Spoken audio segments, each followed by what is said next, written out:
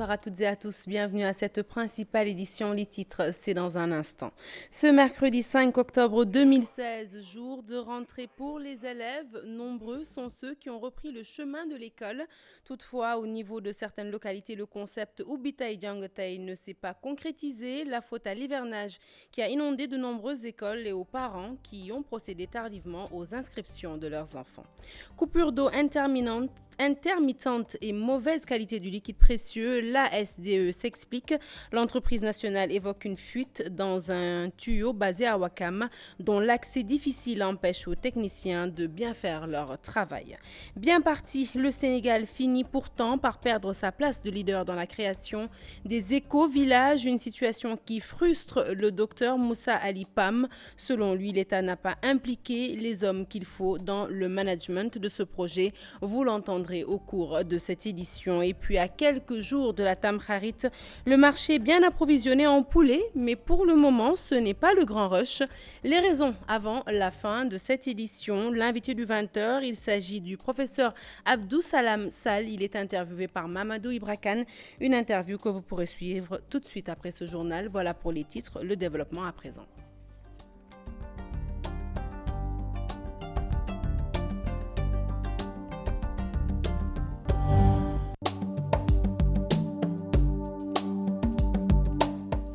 Rebonsoir à tous. Je vous l'annonçais donc en titre, jour de rentrée des classes pour les élèves sur toute l'étendue du territoire national. Mais avant d'en parler, rebondissement dans l'affaire Karim Wade de Bibo Bourgi. Le procureur de Paris vient d'interjeter appel après que le tribunal de grande instance de Paris a débouté l'État du Sénégal. Maître Bassirou Ngom, un des avocats de l'État, s'en félicite. Selon lui, le délit d'enrichissement illicite ne peut être occulté dans ce dossier. Karim Wade et Bibo Bourgi, dont le procureur de Paris vient d'interjeter appel. Voilà, vous le voyez donc sur ces images, Maître Bassirou Ngom qui s'exprimait à ce sujet. Nous n'excluons pas d'y revenir dans nos prochaines éditions. La rentrée des classes 2016-2017 à l'école Grand Yoff 2, les élèves ont repris le chemin de l'école. Une première journée marquée par des séances de révision. L'absence et l'inscription tardive de certains élèves est aussi constatée, un fait que le directeur de l'école impute aux parents d'élèves et qui compromet la volonté de concrétiser le concept Ubitay Jangatay. Reportage Aminata Mbaresso et Modou Diop.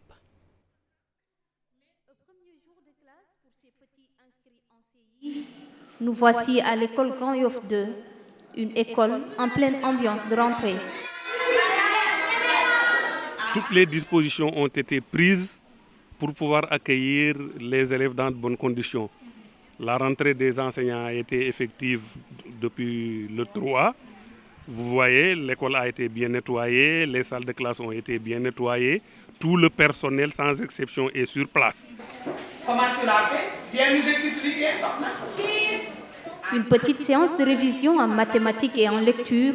Les maîtresses rafraîchissent les mémoires après 3 mois de vacances. On n'a pas encore commencé, on est en révision. On révise les mathématiques, la lecture. On a commencé à faire des exercices. On a donné la liste des fournitures. Vraiment, Ubitay Jangatay, c'est possible. Les enseignants ont rejoint les classes. Seul hic, l'effectif des élèves pas encore au complet. On ne peut pas faire de leçons parce que déjà, sur une classe qui doit prendre 60 et quelques élèves, il y a peu d'élèves qui sont là. Et cette année-ci, on n'a pas l'effectif. On n'a pas encore l'effectif, mais ça ne va pas tarder. Nous n'avons pas reçu l'ensemble de nos effectifs. Comme quoi, le concept Ubitay Jangatay connaît quelques problèmes à cause des parents et non des enseignants. Parce que les enseignants sont là, le matériel est disponible, mais on a vu qu'il y a encore des élèves qui traînent les pieds. Le Ubitay Jangatay, les responsables de cette école se sont donné les moyens pour le concrétiser. Malheureusement, les parents manquent à l'appel. Vous venez donc de le voir sur ces images, jour de rentrée des classes sur toute l'étendue du territoire national, mais le démarrage des cours n'est pas effectif dans plusieurs écoles de la banlieue. Pour diverses raisons, dans certains endroits, les élèves n'ont pas répondu présent à l'appel, dans d'autres, l'école en chantier ou inondée n'a pas pu permettre le démarrage des cours. Salif Sow, Asmalik Diop pour le reportage.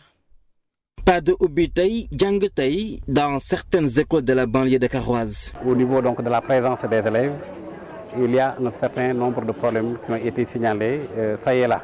Il y a un petit nombre de problèmes qui persistent, notamment au niveau de Samsam 3 et au niveau également de Kermbaïfal 2.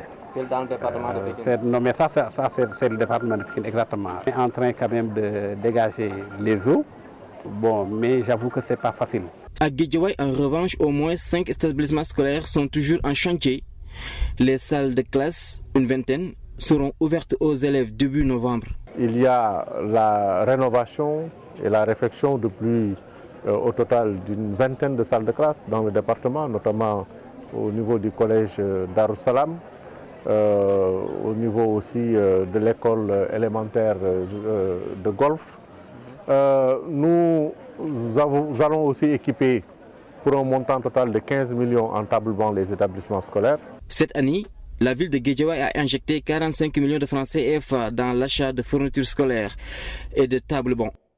À présent, direction Mont-Roland dans le département de Tivaouane pour évoquer avec vous ces résultats catastrophiques. 0 admis au certificat de fin d'entrée en 6e dans certaines écoles élémentaires. Les acteurs de l'éducation nationale, les autorités locales, mais aussi les populations diagnostiquent le mal, une situation qui serait due aux absences répétées des enseignants avec un quantum horaire non respecté. Des pistes de solutions ont été proposées à la salle de l'hôtel de ville qui a fait le plein. Reportage Charanta Diop, c'est la tire. Les résultats aux différents examens scolaires ne sont pas fameux dans la commune de Mont-Roland. Conscient de cette situation, le maire de la commune, la communauté éducative et tous les pans de la société se sont retrouvés autour d'une table pour diagnostiquer le mal et décliner les pistes de solutions. L'année passée, il y avait des résultats catastrophiques au niveau des écoles. Surtout, il y a des écoles même au certificat qui ont eu 0% au certificat. Ça nous a perturbés. Maintenant, pour travailler la qualité, il faut évaluer et surtout les responsabilités. On a dit que les enseignants qui viennent en retard, parce que les enseignants n'habitent pas la zone. On a parlé aussi du laxisme parfois des directeurs. On a parlé aussi du non-suivi des parents d'élèves. Il y a des écoles quand même qui font de bons résultats. Ça, c'est Ngik Fall, KMI, Tivin Tangor, l'école de la mission catholique. Mais il y a des écoles qui traînent, comme Ndiaye-Bob, comme Koloban, Palo. Je pense que quand même il faut qu'on travaille pour que les choses s'améliorent. Pour Michael Diop, inspecteur à l'inspection de l'éducation et de la formation de Tivaouane, malgré cette situation, plusieurs écoles de Mont-Roland ont fait des progrès cette année. Là vraiment au niveau commune, nous sommes à 55,55%. Et la commune a réalisé un très grand bond, un bond de 24 points par rapport à l'année dernière. Parce que l'année dernière nous étions à 31%. Donc un progrès notable dû vraiment à un concours de beaucoup d'acteurs, dont le maire qui a beaucoup travaillé pour l'amélioration des résultats scolaires. Face à ces mots qui continuent de gangréner le système éducatif à Mont-Roland, les élus locaux et les populations réitèrent leur engagement à améliorer les conditions d'études des élèves. Et pour une année scolaire stable et performante, le ministre de l'Éducation nationale, Serigne Mbaye Thiam, annonce 4 défis allant du concept Ubitei Djangetei au respect du quantum horaire et des accords signés par le gouvernement. Il s'exprimait ainsi lors de l'inauguration de la nouvelle école élémentaire de Taoufir, 6 à Tivaouane Peulh. Serigne Mbaye Thiam que je vous propose d'écouter au micro de Seynou Thiam Biradiagne. C'est avec un plaisir immense et un agréable devoir que je viens présider la cérémonie d'inauguration de ce joyau pour célébrer pour la seconde fois dans l'IF de Sangalkam l'esprit bien compris du Ubitei Djangetei au démarrage des cours le jour de la rentrée. Car assurément, comme beaucoup de nations l'ont très tôt compris, c'est la somme des secondes perdues ou recueillis qui font les vies ratées ou réussies. Nous ne devons donc perdre aucun jour sur notre quantum horaire.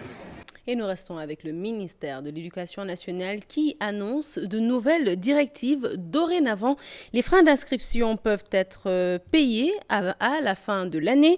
Dans les 2 écoles où nos reporters se sont rendus, eh bien, la directrice de l'élémentaire et le principal du CM de Grand-Yoff ne sont pas au courant de cette décision. Ils continuent de fonctionner à l'ancienne. C'est Aïssatou Fall qui les a rencontrés. Reportage. 11h30 dans la cour de récréation de l'école élémentaire Khalidussi 6 à Grand Yoff. Trouvée dans son bureau, la directive n'a eu aucun écho des directives du ministre de l'Éducation nationale.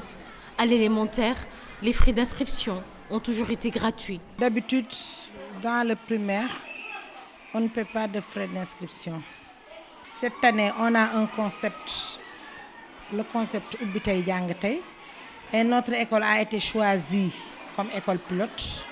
Donc, depuis samedi, on est là pour régler tout ce qu'il faut régler. La gratuité ne s'applique pas aux moyens secondaires. Cependant, des aménagements permettent de soulager les parents défavorisés, comme le souligne le principal du CM. Dans les CM, il y a véritablement des droits d'inscription qu'il faut verser. Bon, le versement peut ne pas être brut comme ça, on peut l'échelonner. Je n'ai pas encore entendu cette directive et je me demande à quoi servirait cette inscription qui attendrait la fin de l'année. Pour faciliter l'entretien des écoles primaires, les parents d'élèves s'impliquent. Au niveau de notre école, il y a les parents d'élèves qui se regroupent, il y a le comité de gestion qui se regroupe et qui décide à hauteur de quelle somme ils peuvent participer pour l'entretien et pour les besoins de l'école. À hauteur de quelle somme ils vont participer, c'est à eux de décider. Certaines écoles n'appliquent pas encore à la lettre les directives du ministre de l'Éducation nationale. Pour le moment, rien n'a changé, tout se passe comme avant. Aïssatou Paye, merci. C'était l'un des titres de cette édition. Mauvaise qualité de l'eau, coupure d'eau intermittente des robinets. La Sénégalaise des eaux s'explique. Le directeur d'exploitation Djeriba parle de fuite d'un tuyau qui se trouve à Ouakam. Pour l'instant, il annonce que ses techniciens sont à pied d'œuvre, mais leur tâche est assez ardue à cause de la difficulté d'accéder à l'installation. Je vous propose de le suivre dans ce reportage signé Maimouna Ndiaye. Derrière ces rues étroites se cache une vieille bâtisse. Parmi les pièces, cette petite chambre. Elle est construite sous un tuyau de la SDE, une conduite plus de 30 ans d'existence, des fuites récurrentes. Cette canalisation, quand vous la suivez sur son tracé, elle passe encore sous beaucoup d'autres maisons, ce qui fait que les opérations de sauvegarde qu'on fait habituellement après les casses de conduite, après les réparations, c'est-à-dire les opérations de purge et de nettoyage, n'ont pas aussi pu être conduites dans les meilleures conditions. Donc cela a abouti à l'intrusion et à l'arrivée de malheureusement quelques mètres cubes ou quelques litres d'eau trouble chez certains clients. Et nous sommes en train de les traquer pour purger et désinfecter le réseau. 2 réparations en l'espace d'une semaine, 13 tours d'horloge au lieu de 4. Beaucoup de contraintes. La réparation a été très délicate. Non seulement elle a duré plus que la normale à cause de l'encombrement, mais aussi à la fin, on n'a pas eu toutes les conditions d'asepsie autour du site de la réparation pour pouvoir la faire dans les meilleures conditions. La solution pour ces agents de la Sénégalaise des eaux, déplacer le tuyau. Malheureusement, il est trop tard. C'est toutes ces habitations, parce qu'il y en a énormément, ne peuvent plus quitter. Je pense que c'est la conduite qui devra quitter. En accord avec la société de patrimoine, nous avons déjà retenu de la déplacer en dehors des concessions. En attendant cette alternative, le directeur de l'exploitation de la SDE et son équipe entendent renforcer leur communication, ceci pour mieux satisfaire les consommateurs. Mise en œuvre des écovillages, le Sénégal perd sa place de leader. La faute à nos autorités, selon le docteur Ousmane Alipam, qui affirme que l'État n'a pas mis les hommes qu'il faut à la place qu'il faut. Résultat, notre pays est privé d'importants fonds. Le professionnel propose la création d'un ministère chargé des écovillages. Fatidien, Léa Niafona pour les détails. Depuis le début des années 2000, le Sénégal s'est distingué dans la conception et la mise en œuvre des écovillages. Écovillages, une initiative citoyenne, un art de vivre qui demande beaucoup de motivation. Les écovillages, c'est la création de l'abondance et du bien-être avec la nature et non contre la nature. C'est des gens qui sont installés d'abord dans des milieux inhospitaliers et aujourd'hui qui produisent pratiquement tout ce dont ils ont besoin. Notre pays, pionnier dans ce domaine, est en train de perdre sa place de leader face à des pays comme la Gambie, le Zimbabwe. Le Sénégal est en train donc de perdre du terrain face à d'autres pays qui sont novices en la matière. Alors en 2014, le président, sous donc le régime du président Macky Sall, nous avons organisé le premier sommet mondial des écovillages. C'est des pays comme la Gambie, c'est des pays comme le Zimbabwe qui signent aujourd'hui de gros contrats parce que le réseau mondial des écovillages a reçu récemment beaucoup de fonds. Les villages du Fouta, de la Casamance, d'Ibaol qui sont privés de ces fonds-là pour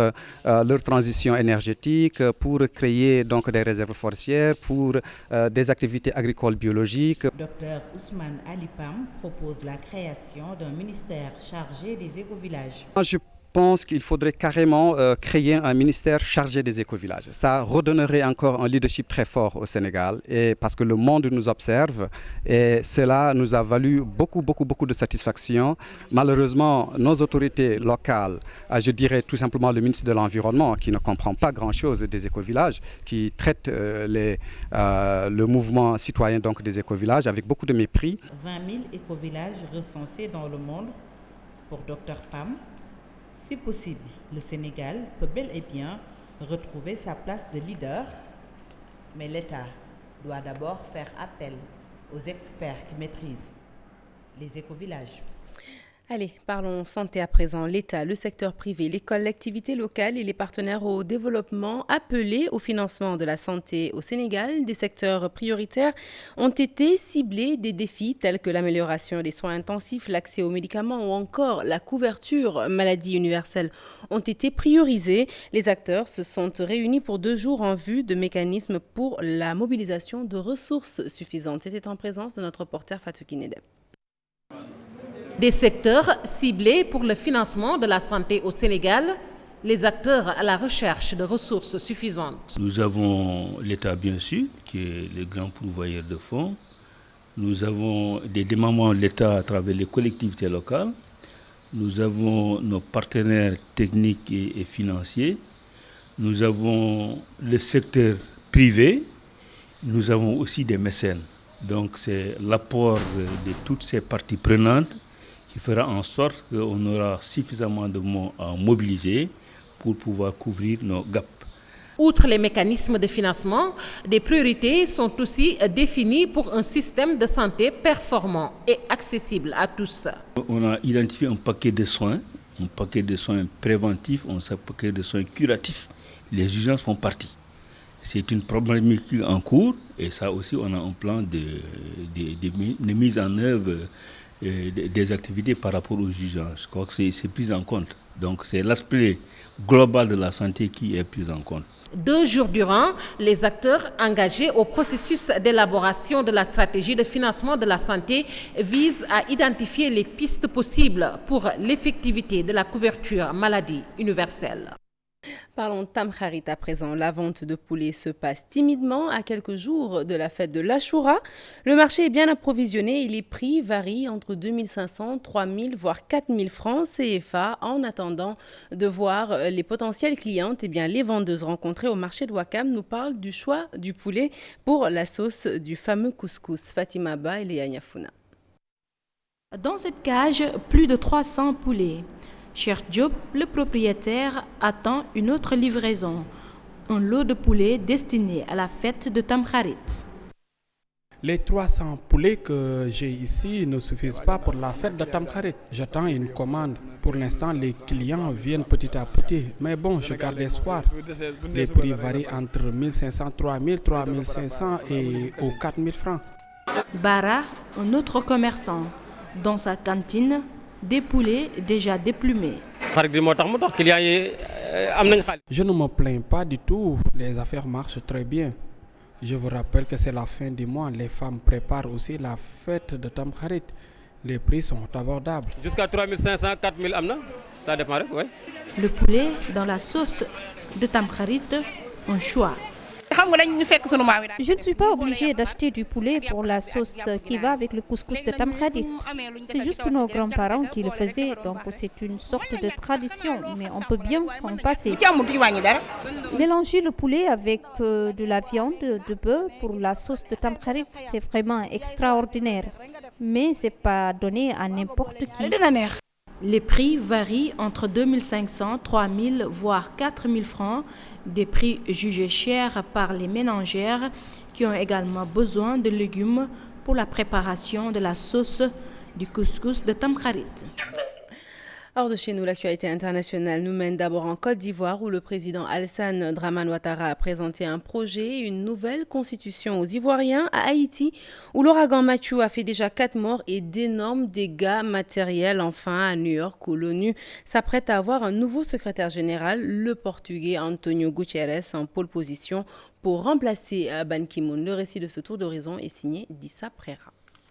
Côte d'Ivoire, le président Alassane Ouattara a présenté ce mercredi devant les députés un projet d'une nouvelle constitution, une constitution qui veut en finir avec le concept d'ivoirité, évoquant une occasion de tourner définitivement la page des crises successives qui ont secoué le pays. Le projet de texte modifie notamment les conditions d'éligibilité à la présidence de la République. Il prévoit que le candidat doit être exclusivement de nationalité ivoirienne, né de père ou de mère ivoirien, contrairement à la constitution actuelle qui stipule que le candidat doit être de père et de mère ivoirien. Le projet sera soumis à un référendum en fin octobre après adoption par les députés. États-Unis, l'ex-chef de la marine de Guinée-Bissau, capturé le 13 avril 2013 pour trafic de drogue, devrait être libéré et est renvoyé dans son pays d'origine. En 2017, selon le procureur, José Américo Bouba Nachuto avait été condamné par le juge new-yorkais Richard Berman à 4 ans de prison, mais comme il est déjà sous les verrous depuis avril 2013, il a purgé l'essentiel de sa peine et devrait être libéré en avril 2017 et renvoyé à Bissau, explique le porte-parole du tribunal. Nachuto avait été capturé au large du Cap-Vert en août 2013 par des agents de la DEA, l'agence antidrogue américaine. Il avait plaidé coupable du chef d'accusation de conspiration pour importer des substances contrôlées qui peut entraîner des peines allant jusqu'à la perpétuité. Nations Unies, l'ex-premier ministre portugais Antonio Guterres en pole position pour devenir le prochain secrétaire général de l'ONU. Il doit succéder à Ban Ki-moon à l'issue du vote formel des membres du Conseil permanent de sécurité prévu ce jeudi. Le Monde qui donne l'information indique que sur les 15 membres du Conseil, les 13 encouragent fortement Antonio Guterres. 10 candidats étaient en lice pour la succession du Sud-Coréen. Le Portugais avait terminé en tête des 5 scrutins préliminaires. Antonio Guterres, socialiste de 67 ans, a été chef de mission de l'ONU pour les réfugiés durant 10 ans. Haïti, un ouragan s'est abattu depuis ce mardi sur le sud-est du pays. Des rafales de vent soufflant à 230 km/h ont déjà fait 5 victimes à Port-au-Prince, ainsi que des dommages au niveau des habitations. Mathieu, le nom donné à l'ouragan, qui s'est par la suite déplacé vers la République dominicaine, où 4 personnes y ont perdu la vie. Selon le centre des urgences du pays, près de 200 maisons ont été détruites. De catégorie 4 sur une échelle de 5, Mathieu est le 12e ouragan à toucher les Caraïbes depuis le début des années 2000. On se rappelle encore de Sandy qui avait fait 11 morts dans la zone. Allez, pour se terminer, sport, et c'est pour parler de la commune de Djanaba, depuis plus de 10 ans très divisée à cause de la construction d'une mosquée. Les familles soignées qui vivent au sein de cette commune ne se parlaient pas. Eh bien, aujourd'hui, la paix est revenue au niveau de cette commune grâce aux médiations, mais surtout au sport. Le tournoi de la paix et du développement a été initié par les jeunes du village pour consolider cette paix. De grandes retrouvailles qui ont été constatées dans la localité par Bakary Conté et Salah Samba. Ce conflit a duré plus de 10 ans, des familles qui ne se fréquentaient pas, plusieurs plaintes à la gendarmerie, plusieurs arrestations et même des morts ont été enregistrées à Djanaba. Aujourd'hui, le calme est revenu à Djanaba Pakao. Le village de Djanaba a connu un conflit qui date de quelques années, avec l'esprit de clairvoyance des uns et des autres et d'apaisement. Les gens se sont retrouvés pour se fraterniser entre eux. Pour consolider cette paix, le tournant de la paix et du développement a été initié par les jeunes de la localité. À travers le sport, toute la jeunesse de Ganaba s'est réconciliée et ils ont poussé les vieux aussi à la réconciliation, ce qui est chose faite et acquis. Actuellement, on s'en félicite et nous demandons au bon Dieu de nous aider à concrétiser et à consolider cette paix qui souffre dans ces villages-là. Parce qu'on a beaucoup perdu avec cette situation de conflit qui a duré presque une quinzaine d'années. Les autorités locales satisfaites de ces résultats. Nul ne doute ce qui s'est passé à Djannaba pendant une décennie, le soir de la mosquée de Djannaba. Et je pense qu'aujourd'hui, les gens sont en train de tourner la page par rapport à tout ce qui est en train de faire dans le cadre du processus de paix. Aujourd'hui, la jeunesse m'a montré qu'ils sont en train aussi de jouer leur partition pour vraiment consolider cette paix, ce processus qui est en train d'être mené pour mener une paix définitive dans Djannaba. Donc c'est le football qui a gagné pour moi, c'est le sport qui a gagné, mais nous ne pouvons pas aussi s'en passer sans remercier le ministre garde des Sceaux, le ministre Sidiki Kaba. Pour cette présente édition, le ministre Sidiki Kaba et le parrain, son représentant, a remis des jeux de maillot, des trophées et une enveloppe financière. L'ASC Djambar a battu l'ASC Kansala par 1-0. Fin de ce journal, merci de l'avoir suivi. Prochain rendez-vous de l'information, le tout en images à 0h. L'info qui continue sur votre site www.gfm.sn. Et tout de suite, je passe la parole à Chérif pour la suite des programmes. C'est dans Permanence. Bonsoir Chérif. Bonsoir Sarah Cissé, merci beaucoup. La rentrée scolaire, vous en avez longuement parlé dans votre journal. C'était bien pour vous aussi ce matin ? Oui, c'est vrai que c'était un journal spécial rentrée scolaire et ça s'est très bien passé ce matin, je l'avoue. Voilà, je pose cette question parce que la rentrée, c'est difficile aussi pour les parents et c'est toujours très très triste au moment de lâcher la main de leur piou-piou, surtout pour ce premier jour de rentrée. On en parle tout juste après ce jingle d'ailleurs avec Mamadou Barakane dans l'invité du 20h.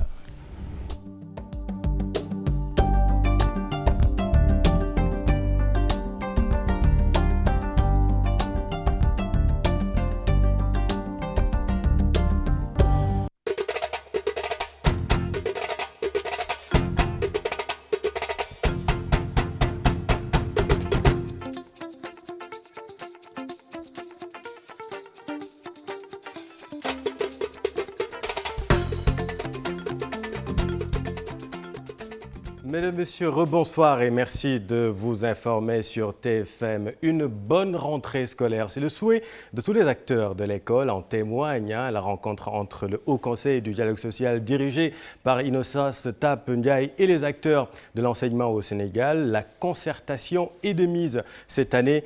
On en parle ce soir dans l'invité du 20h avec le professeur Abdou Salam Sall. Avec vous, Mamadou Barakane, bonsoir. Bonsoir, Chérif. Tous les chemins mènent à l'école. C'est la rentrée des classes ce mercredi dans le